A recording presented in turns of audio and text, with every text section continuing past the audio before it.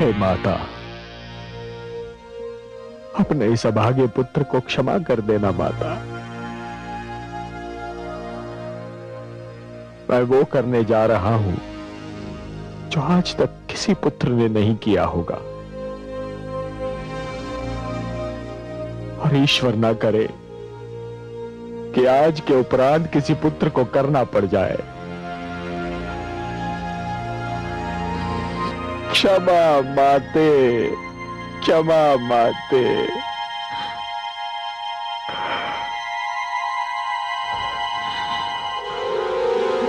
क्षमा माते, क्षमा माते, क्षमा, क्षमा माते, क्षमा माते, क्षमा।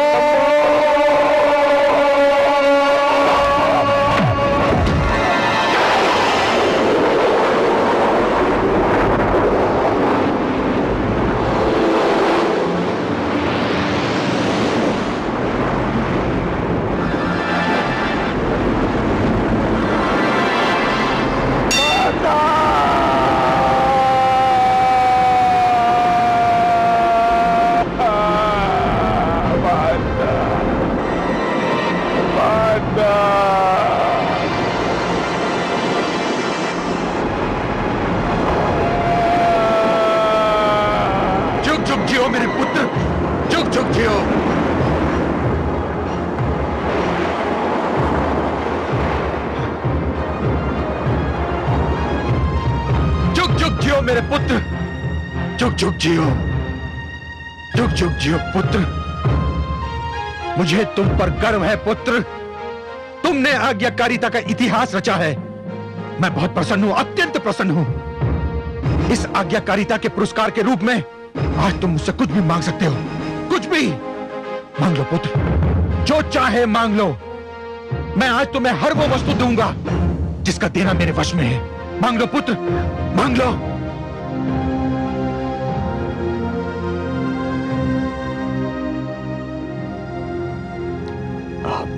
सत्य कह रहे हैं पिताश्री? क्या मैंने जीवन में कभी असत्य कहा है पुत्र? क्या चाहते हो तुम?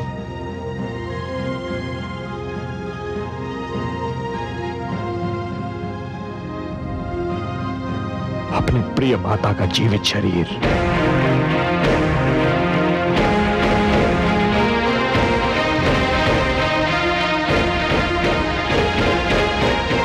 क्या क्या कहा तुमने? मुझे मेरी जीती जागती माता दे दीजिए। तो माता जिसके बिना इस जीवन का हर पल मेरे लिए नरक समान है। पिताश्री, मुझे अपनी माता के जीवन के अतिरिक्त और कुछ नहीं चाहिए, और कुछ नहीं चाहिए। अब चुप क्यों है पिताश्री? मैंने आपको आदेश पालन का वचन देने में एक क्षण का भी संकोच नहीं किया था। आप अपना वर देने में इतना संकोच क्यों कर रहे हैं? मैं संकोच नहीं कर रहा हूं पुत्र, पर तो सत्य तो यही है कि मैं इस वरदान के लिए तैयार नहीं था। मुझे समझने में देर लग रही थी पुत्र। तुमने मेरी आज्ञा का पालन किया और मुझे यह भी नहीं पूछा कि आज्ञा क्या है। तो फिर मुझे भी यह पूछने का अधिकार नहीं था कि वर का वचन देने से पहले ये पूछ सकता कि तुम क्या मांगोगे। मैं वचनबद्ध हो चुका हूं पुत्र, और तुम्हें तुम्हारे पुरस्कार से वंचित नहीं करूंगा, नहीं करूंगा।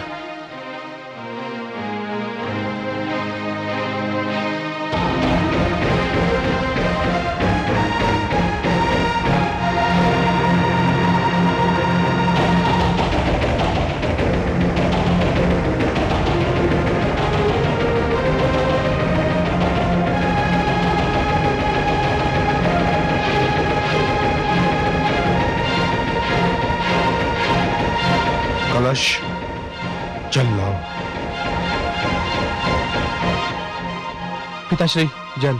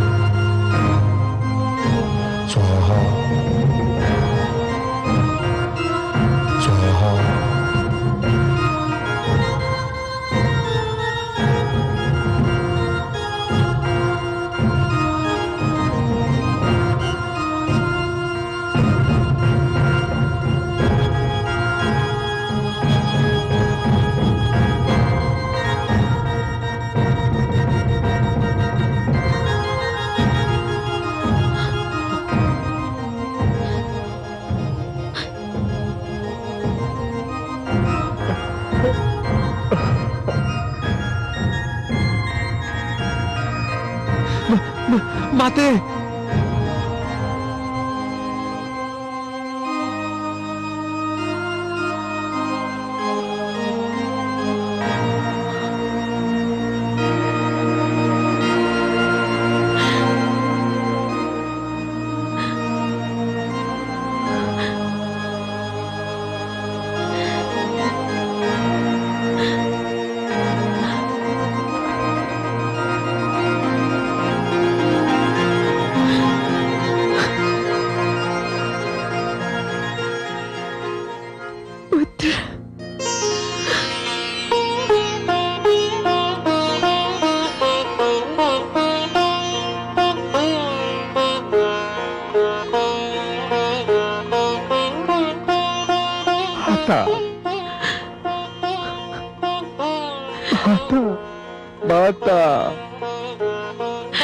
माता, पुत्र, मेरा लाल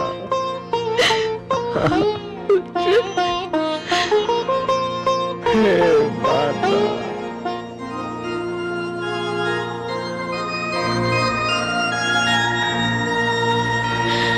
माता,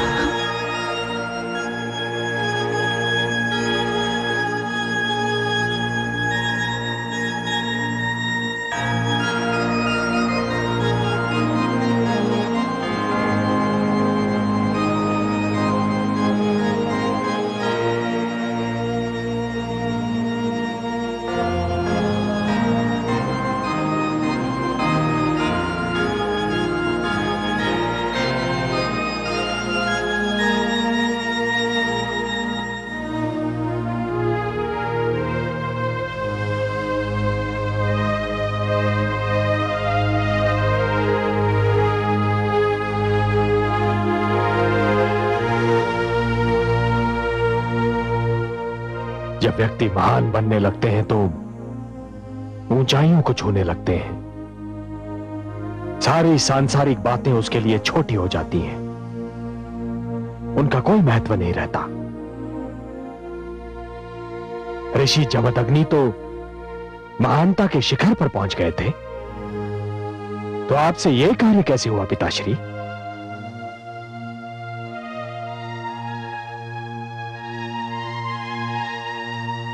तुम्हारी माता उस दुष्ट सहस्रार्जुन से मिलने गई थी। आने में उसे विलंब हुआ। जब मेरी नित्य की पूजा का समय भी समाप्त हो गया, तब धैर्य ने मेरा साथ छोड़ दिया और मुझे तुम्हारी माता के चरित्र पर संदेह होने लगा।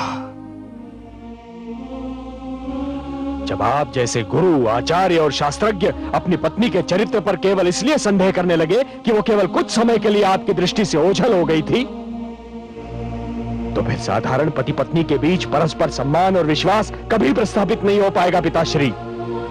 तो क्या मेरा संदेह निराधार था? सर्वथा निराधार।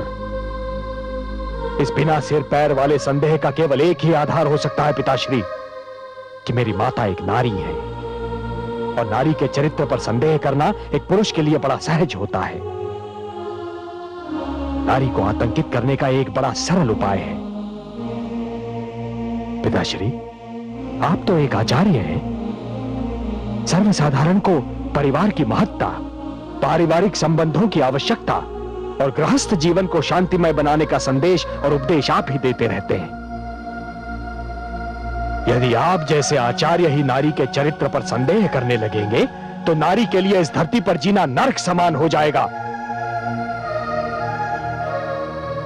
किंतु पुत्र, आज मुझे बोलने दीजिए पिताश्री, आज मुझे बोलने दीजिए, क्योंकि अनजाने में ही सही, परंतु जो दुर्भाग्यपूर्ण घटना घटी है, उस घटना का मैं भी एक भागीदार हूं। नहीं पुत्र, इसमें तुम्हारा कोई दोष नहीं है। तुमने तो केवल आज्ञाकारिता का धर्म निभाया। आज्ञाकारिता हो या अपने पिता की आज्ञा का पालन करने का धर्म, फिर भी पिताश्री, किसी भी पुत्र को यह अधिकार कभी नहीं मिलना चाहिए कि वो अपने पिता की आज्ञा का पालन करने के लिए अपनी माता पर ही हाथ उठाए। मैंने आपका आदेश जाने बिना आपको वचन देने की भारी भूल की है। संदेह ने मेरी आंखों पर पट्टी बांधी थी पुत्र।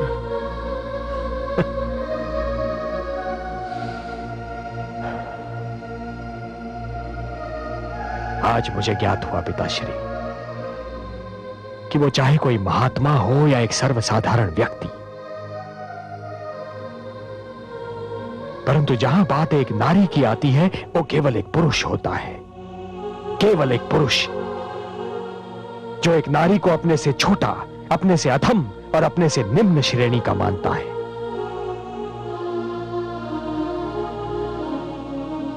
अब भूल गए पिताश्री कि मेरी माता ने आपके लिए क्या क्या किया।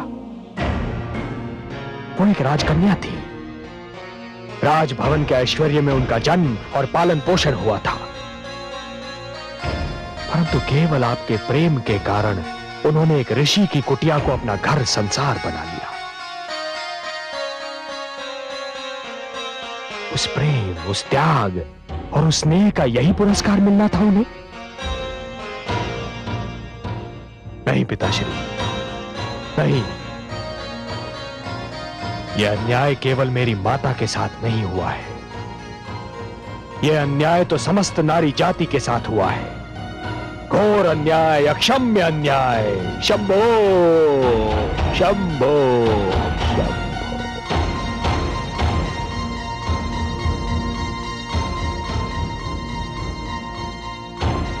पुत्र,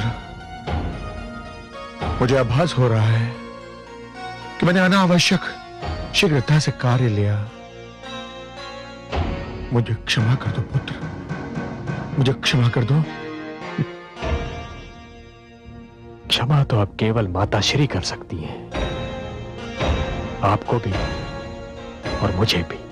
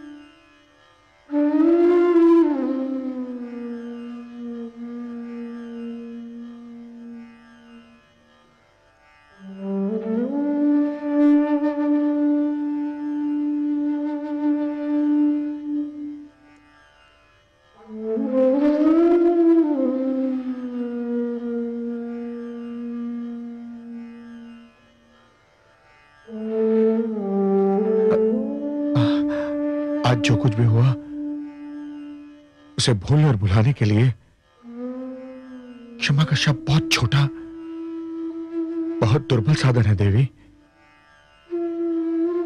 परंतु अपने किए पर पश्चाताप प्रकट करने के लिए मुझे कोई और शब्द, कोई और साधन उपलब्ध भी नहीं।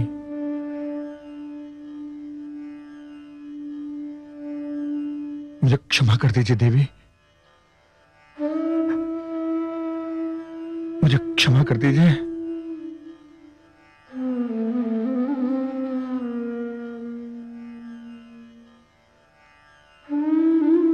क्षमा करने के अतिरिक्त मेरे समक्ष और कोई उपाय भी तो नहीं है स्वामी, किंतु एक भय सा लग रहा है, एक चिंता मेरा पीछा नहीं छोड़ रही स्वामी। क्या? जिस दुर्भाग्यपूर्ण परंपरा की नींव आज पड़ गई है, कहीं आने वाले युगों में वो स्त्री पर अत्याचार का बहाना न बन जाए। इसीलिए तो क्षमा याचना कर रहा हूं रेणुका। आपकी क्षमा का स्मरण तो केवल उनको रहेगा स्वामी जिनके पास बुद्धि होगी, विवेक होगा और जो शिक्षित होंगे। किंतु जिनके पास ये सारे गुण नहीं होंगे स्वामी, उन्हें तो यही स्मरण रहेगा कि पत्नी के चरित्र पर भी संदेह किया जा सकता है और इस संदेह के कारण उसे दंड भी दिया जा सकता है। मैं भगवान से प्रार्थना करूंगा जो पल बीत चुका है वो हमारे और किसी के भी जीवन में कभी ना आए। जो भूल हो चुकी है वो भूल और कोई कभी ना दोहराए। इस प्रार्थना और आपसे क्षमा मांगने के अतिरिक्त मैं और कुछ कर भी नहीं सकता। आप क्या सोच रही हैं?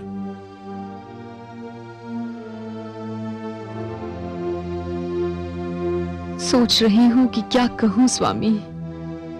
मेरी नम्र विनती है कि इस घटना को भूल जाओ रेणुका। हाँ स्वामी, इस घटना को भूलना होगा। इस घटना को भूलना ही होगा स्वामी। इसलिए नहीं कि आप मेरे पति हैं और मैं आपकी पत्नी, इसलिए कि मैं 5 पुत्रों की माता भी हूं। उनकी शिक्षा और उनके मार्गदर्शन का भार प्रकृति ने हमें सौंपा है। उनके भविष्य के लिए और उनके भले के लिए हमें इस घटना को भूलना ही होगा स्वामी।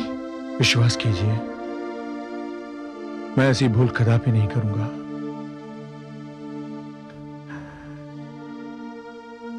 देवी जैसी पत्नी के चरित्र पर संदेह करने का अपराध का दंड मुझे मिल चुका है और मुझे मिलता ही रहेगा।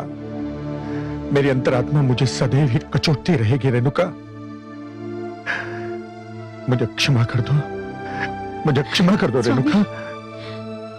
नहीं स्वामी, मुझे और लज्जित ना कीजिए।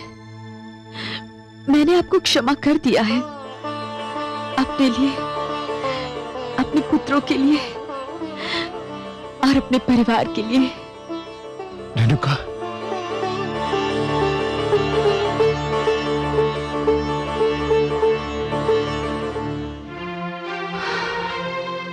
ये क्या हुआ कमल नयन? ये आपने क्या किया? मैं जानता हूं महादेवी कि आप क्रोधित हैं। क्रोधित नहीं सर्वेश्वर, मैं दुखी हूं, पीड़ित हूं। मेरे हृदय में पीड़ा की टीसें उठ रही हैं। मेरे मन मस्तिष्क का संसार डावाडोल है।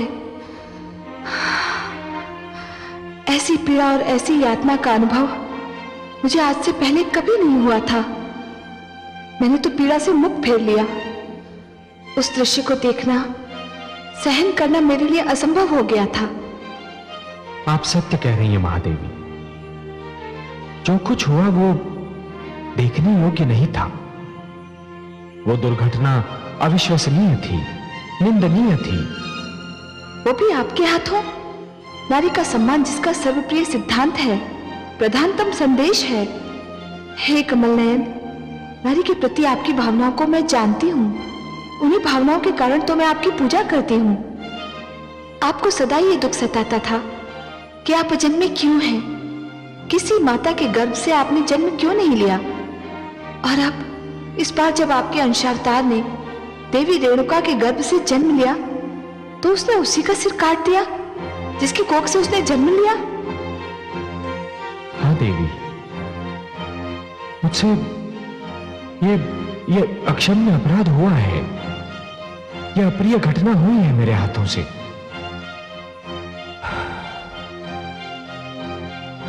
और यदि माता रेणुका को दोबारा जीवन नहीं मिलता तो कदाचित ये दुष्कर्म मेरी अंतरात्मा का पीछा कभी नहीं छोड़ता। हर्ष की एक किरण न होती तो इस अंधकार में घटना के कारण सारी सृष्टि, मानव का सारा इतिहास एक गहरे और कभी न छटने वाले अंधकार में डूब जाता। देवी, यदि नियति ने मेरे हाथों से यह दुष्कर्म करवाया था तो उसका कोई कारण भी अवश्य रहा होगा। मुझे तो कोई कारण नहीं दिखाई देता। परंतु मुझे दिखाई देता है। क्या? इस दुर्घटना से मानव जाति को एक सीख लेनी चाहिए महादेवी। वो ये कि यदि किसी कारण माता पिता के बीच तनाव उत्पन्न हो जाए तो संतान को बिना सोचे समझे हस्तक्षेप नहीं करना चाहिए। तनाव की वास्तविकता को जाने बिना किसी एक का पक्ष कदापि नहीं लेना चाहिए, क्योंकि यदि पितृ देवो भव सत्य है तो मातृ देवो भव उतना ही महान और उससे भी अधिक प्रबल सत्य है। और इसीलिए कोई भी पग उठाने से पहले संतान को यह जान लेना चाहिए कि एक की आज्ञाकारिता दूसरे के लिए अन्याय न बन जाए। मुझे भी आश्चर्य हो रहा था कि आपने ऋषि जमदग्नि को बिना सोचे समझे वचन दे कैसे दिया। कदाचित इसलिए कि मुझे उनसे ऐसी आशा न थी।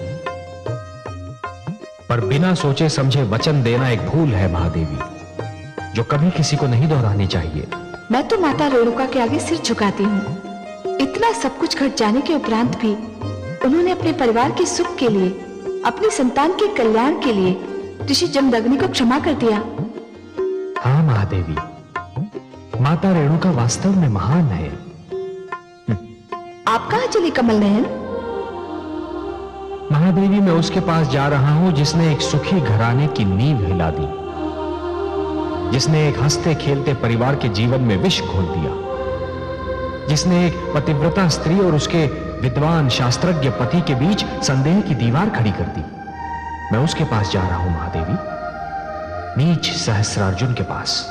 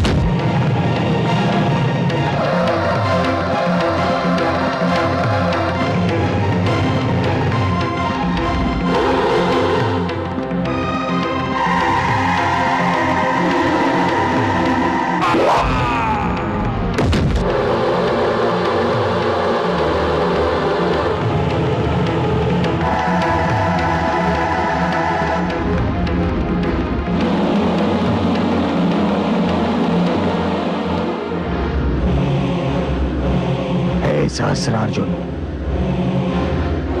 तू स्वयं को सहस्रों भुजाओं का स्वामी कहता है ना? आज मैंने तेरी 998 भुजाएं काटकर फेंक दी हैं। अब अपनी रक्षा के लिए तेरे पास केवल 2 भुजाएं बची हैं। कौन हो तुम?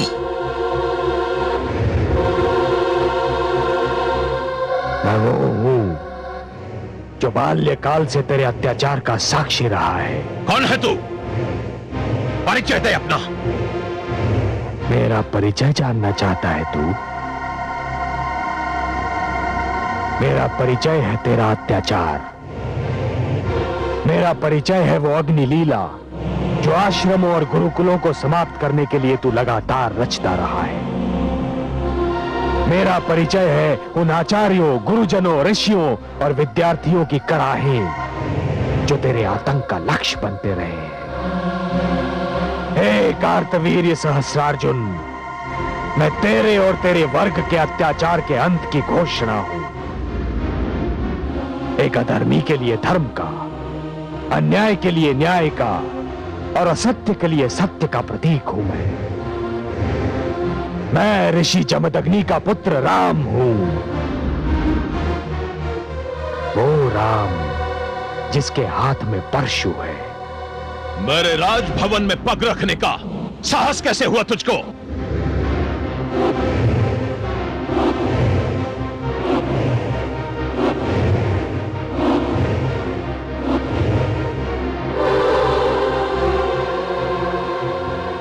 मैं तुझे ललकार कर जगाने और जगाकर मारने आया हूं सहस्रार्जुन। कौन तू? मुझे मारेगा?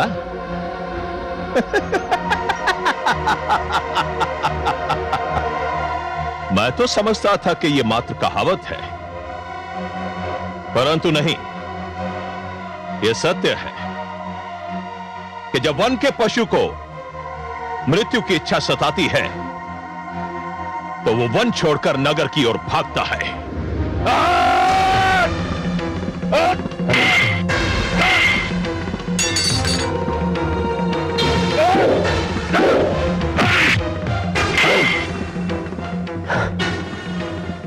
तुमने अपने शस्त्रों की परीक्षा कर ली, अब बारी मेरे परशु की है। जम्बो! नहीं, रुक जाओ। मैं नहीं जानती कि तुम कौन हो वत्स, परंतु मेरे पति को क्षमा कर दो। अपने हृदय पर हाथ रख के बताइए देवी, क्या आपके पति के अपराध क्षमा करने योग्य हैं? आपको तो अपने पति के केवल कुछ ही अपराध ज्ञात हैं, पर फिर भी कुछ भी हो, यह संभव नहीं कि मेरे होते हुए कोई मेरे पति का वध कर सके। मेरे समक्ष मेरे पति को कुछ हो जाए तो धिक्कार है मेरे पतिव्रता धर्म को। इनका वध करने से पहले तुम्हें मेरा वध करना होगा। देख लिया तूने जिस नारी जाति का तेरी दृष्टि में कोई आदर सम्मान ही नहीं, जिस नारी जाति को तू केवल काम वासना की तृप्ति का एक साधन समझता है, वैसी एक नारी आज तेरे और तेरे मृत्यु के बीच एक दीवार की भांति खड़ी है, और तुझे अपने मृत्यु से बचने के लिए एक नारी के पीछे छुपना पड़ रहा है। कायर, धिक्कार है, धिक्कार है। हे देवी, आप मेरे लिए माता समान हैं, और केवल इसीलिए मैं आज आपके पति को क्षमा दान दे रहा हूं। परंतु यह स्मरण रहे देवी कि आपके पति की आयु बहुत लंबी नहीं है।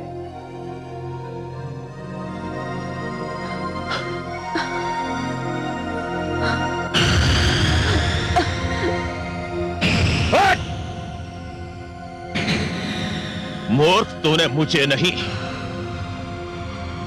अपनी मृत्यु को जीवित छोड़ दिया है, और तू जीवन भर अपनी इस भूल के लिए हाथ मलता रहेगा। मैं प्रलय बनकर टूटूंगा तेरे सारे वंश पर किसी को मुझसे क्षमादान नहीं मिलेगा, बिल्कुल नहीं मिलेगा।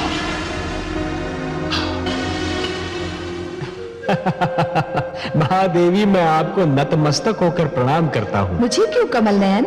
वास्तव में मैं प्रणाम तो समस्त नारी जाति को करना चाहता था, परंतु आप मेरे समक्ष थी तो मैंने आप ही को समस्त नारी समूह का प्रतिनिधि मान लिया। सत्य है कि बलिदान की यह भावना, ये स्नेह और निस्वार्थी प्रकृति केवल नारी को ही मिली है। हाँ कमल नयन, अपने पति के लिए अपने प्राण दांव पर लगा देना केवल नारी का ही स्वभाव है। अब देखिए ना, मृण्मयी जानती है कि उसका पति क्या है, क्या कर रहा है, पर जब उसके प्राणों पर संकट आया तो मृण्मयी ने अपने प्राण आगे कर दिए। हाँ महादेवी, नारी की यही भावना तो संसार में परिवार की कल्पना की दृढ़ नींव है, और इसी नींव पर पति पत्नी के नाते का विशाल भवन खड़ा होता है। मैं महारानी मृण्मयी को प्रणाम करता हूं। नारी के प्रति आपका ये सम्मान ही आपको श्रेष्ठ और महान बनाता है।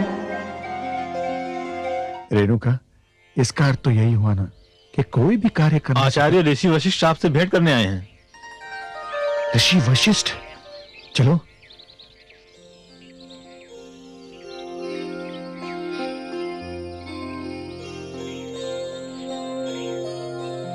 स्वागतम स्वागतम ऋषिवर, स्वागतम। प्रणाम ऋषिवर। बड़ी कृपा की आपने पधारकर। बहुत समय से आपसे भेंट करने को मन कर रहा था, परंतु अपनी व्यस्तताओं से अवकाश ही नहीं मिल पा रहा था। ये देवी कौन है? मैंने उसे नहीं पहचाना। यह आपके प्रेम मित्र आचार्य प्रियव्रत की पुत्री अनामिका है। अपने पिता के साथ आपके आश्रम में ही तो रहा करती थी। अरे सौभाग्यवती भव। आयुष्मती भव। ये तो बड़ी गुड़िया सी हुआ करती थी, इतनी बड़ी हो गई। आप पर जो कठिन समय बीत रहा है ऋषिवर, उससे मैं भली भांति परिचित हूं।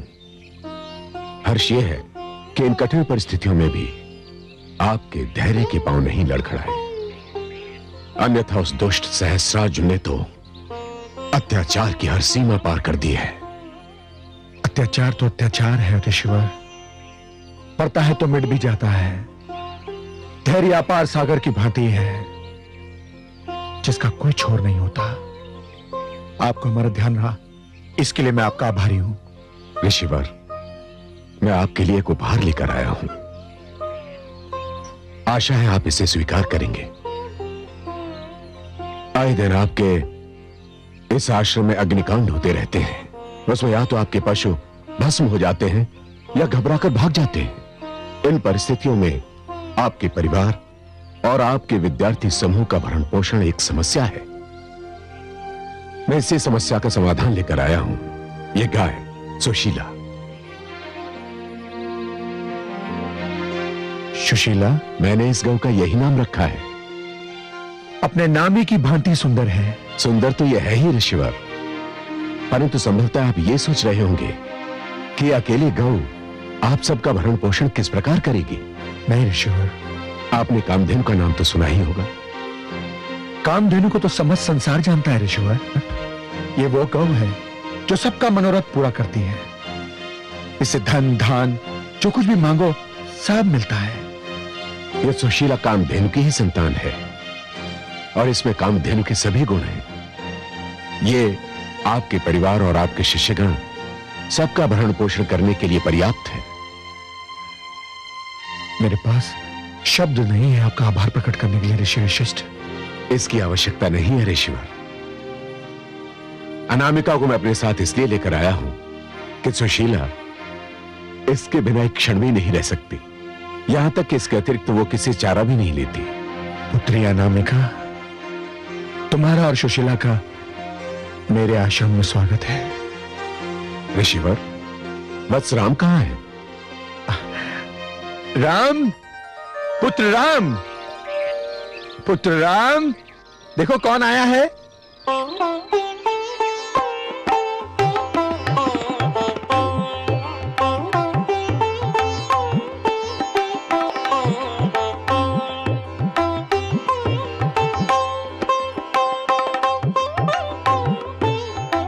राम, ए राम, राम, राम, ए राम, राम, राम, ए राम,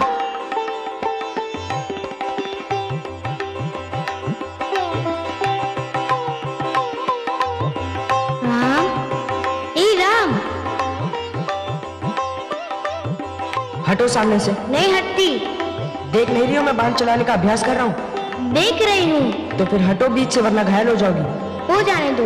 एक तो दिन भर आश्रम आते नहीं और कोई यहाँ आए तो उससे भी सीधे मुंह बात नहीं करते। अच्छा बोलो। मैं तुमसे कुछ पूछने आई थी। शीघ्र पूछो और जाओ यहाँ से, ताकि मैं अभ्यास प्रारंभ कर सकूं। क्या पूछना है? मुझे मनुस्मृति के इस श्लोक की व्याख्या पूछनी है। वजेतम मधु मांसम जगंदम माल्यम रसायनम स्त्रियम जो कामम क्रोधम नर्तनम गीतवादनम। पिताश्री से पूछो जाकर, मेरे पास समय नहीं है। मुझे इस समय सहस्रार्जुन के अत्याचार के अतिरिक्त किसी वस्तु का स्मरण नहीं है और मैं उसी अत्याचार का उत्तर ढूंढ रहा हूँ। किसी और व्याख्या के विषय में न मैं कुछ जानता हूँ न मैं जानना चाहता हूँ। परिहास समाप्त करो और चली जाओ यहाँ से।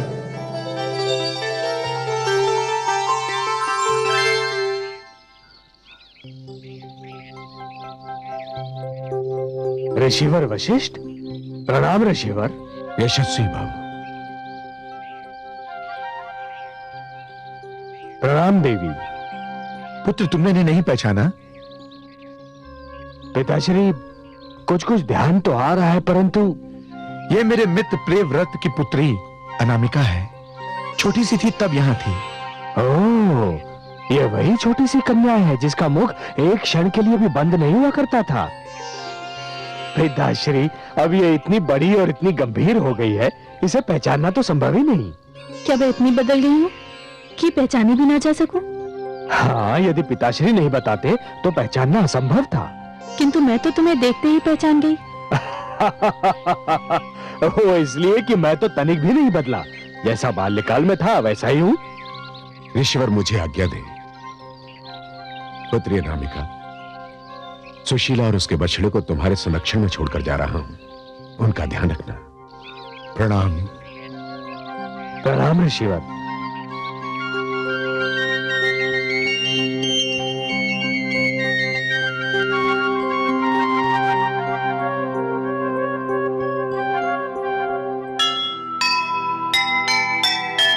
बचपन के बिछुड़े मिले वर्षों के पश्चात,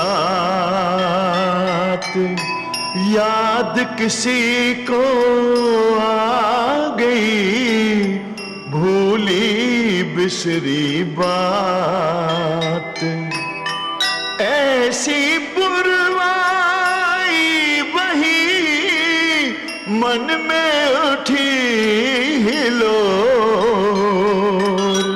मन को खींचे ले रही दो नैनों की डोर, दो नैनों की डोर। जो सुनेगा ये पुराण पाएगा सुख और ज्ञान, पाएगा सुख और ज्ञान। कर्म को ही धर्म जान, प्रेम की तू छेड़तान, प्रेम की तू छेड़तान। बीते युग बता रहे हैं, बीते युग बता रहे हैं, सत्य पथ पे